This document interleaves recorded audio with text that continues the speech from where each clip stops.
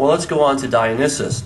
They showed this amulet, this amulet, it dates centuries after the 1st century, and it's considered to be a forgery by most scholars. So they throw that up there. They don't say anything about it, but it gives the viewer the impression that, oh, wow, here you have this ancient artifact that's somehow substantiating that not only Jesus died on the cross, but so did Dionysus. Well, again, this is centuries after the 1st century AD, and it's a forgery in any event. But they also say that he was born of a virgin, born on December 25th, performed miracles, and he was called the King of Kings. Well, we will look at some other of those. First of all, let's consider Dionysus turned water into wine. According to D.A. Carson, he says older attempts to interpret this sign as a Christianized version of the Dionysus myth. Dionysus was the Greek god of wine, the one who supplied the abundance of life and joy associated with inebriation. Or if related stories have largely been abandoned in the light of the evidence that the alleged parallels are wholly inadequate. And then we also have from Graham 12th Tree, he states, indeed in the ancient literature, Plutarch says that there was a spring at Hilaritus with clear, sparkling, wine-colored, very pleasant-tasting water in which the newly born Dionysus was bathed. Also, Pliny says that at Andros, on the festival known as Theodosia, a spring in the temple of Bacchus flowed with wine. Pausanias says that at Elsis, the priests of Dionysus placed 3 large empty cauldrons in a sealed room to find them filled with wine when they returned the next day. And Ovid says that Liber, the Italian god identified with Bacchus, gave the daughters of the Delian king Aeneas the power to turn things into wine, a story associated with Dionysus. However, from these references, it is obvious that there are significant differences between the Dionysus legend and the story in John 2. The spring at Hilaritus flowed with water, and the one at Andros flowed with wine, not water that had once been wine, and the empty cauldrons in the Atlas temple were filled with wine rather than water, subsequently changed into wine, key events in John's story.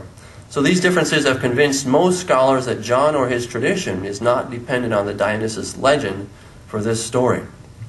So again, there was wine and there was water, but it was never water that was turned into wine. Just water that tasted really good, and at one point, 3 empty cauldrons, and they'd return in the morning. They were empty before, they returned and they were filled with wine. Why? So that they could get drunk, because Dionysus is the god of abundance of life and inebriation. Well, what about him being born of a virgin?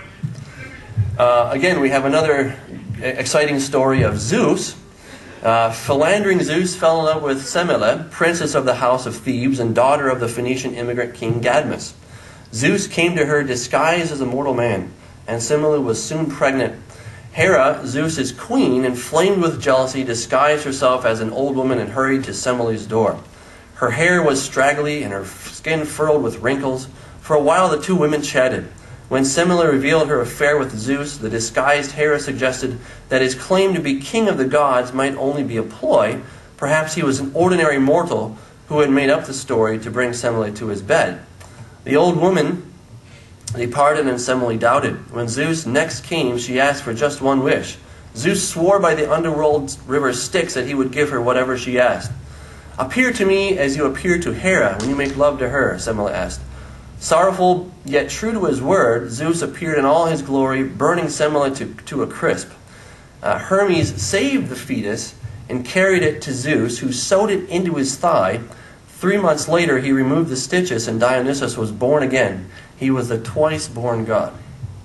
So again, this is a far cry from a virgin birth. What we have here is conception the normal way, but then due to the fact of her being burned to a crisp, but the little baby is saved, but then put into his thigh so that it has more time to mature, and then he's born again. So I don't think that has any parallels to Christianity, to Jesus' virgin birth, or even this concept of being born again. Very silly story, and again, no connection. Well, some more supposed parallels. Dionysus was born on December 25th. Dionysus was called King of Kings. Dionysus was called Only Begotten Son. Dionysus was called Alpha and the Omega. Well, again, can they show us, and they can't, any pre-Christian sources, primary sources, that state any of these claims? And there are none. Scholars have gone through the resources, Glenn Miller especially, among others. They have gone through these, and they've not found any sources. So again, this is all conjecture on the part of Acharya and others. Dionysus was resurrected after his death. Well, New Testament scholar Everett Ferguson states, neither Dionysus nor the initiates were thought of as rising from the dead. Rather, the mysteries removed anxiety about death by depicting life in the other world as a Dionysus revel. So, again, it wasn't this concept of resurrection, but that Dionysus would be there in the other world, but not a bodily resurrection by any means. We then turn to Mithra. Mithra of Persia, around 1200 BC. The movie states that he was born of a virgin, born on December 25th, had 12 disciples, performed miracles, dead for 3 days, resurrected, and Sunday worship. Well, again, as far as the December 25th, let me just remind you, we don't believe that Jesus was born on December 25th. So that's an issue that we've already dealt with, and we don't need to do that again. But what about this virgin birth? Well, Acharya S. even claims that Mithra was born in a cave, again, supposedly being related to Jesus' birth that was perhaps in a cave.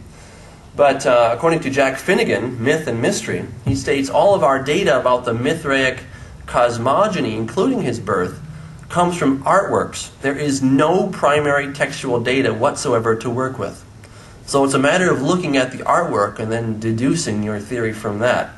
By the time we do get some textual data, it shows up in varied and contradictory snapshots from the various religions, and it doesn't support this claim. Mithras was portrayed in artworks as having been made out of rock and then creating the world, a cave, not being originally born in a cave.